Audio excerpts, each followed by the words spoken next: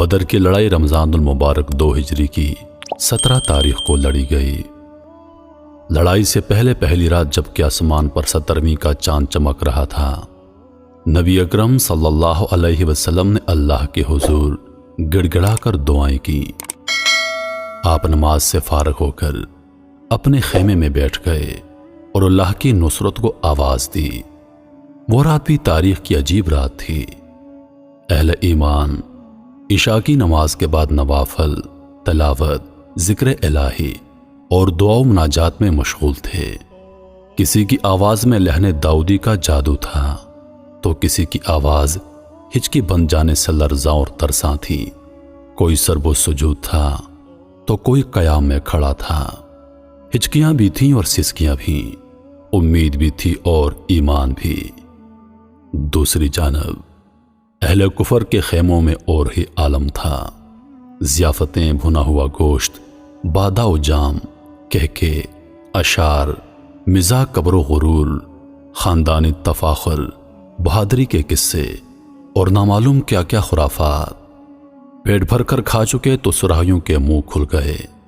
نرم و نازک تھرکتے ہوئے جسموں اور پائل کی جھنکار نے سب کو محصور کر دیا۔ رقص اور موسیقی اور قریش کی بہادری پر مشتمل رزمیہ ترانے اور گانے بجانے والیوں کے ہاتھوں اور آنکھوں کی حرکات و سکنات اور ان کے درمیان بہکے ہوئے نوجوانوں کا غلغپاڑا اور شور و ہنگامہ۔ دونوں جانب کے جنگجو ایک دوسرے سے کتنے مختلف تھے۔ چشم فلک یہ سب دیکھ رہی تھی اور گوش ارض یہ سب سن رہا تھا۔ آسمان کی بلندیوں پر چاند مشرق سے مغرب کی جانب رواں دواں تھا۔ صحرا میں چاندنی پھیلی ہوئی تھی، منظر بے حد دلربا تھا۔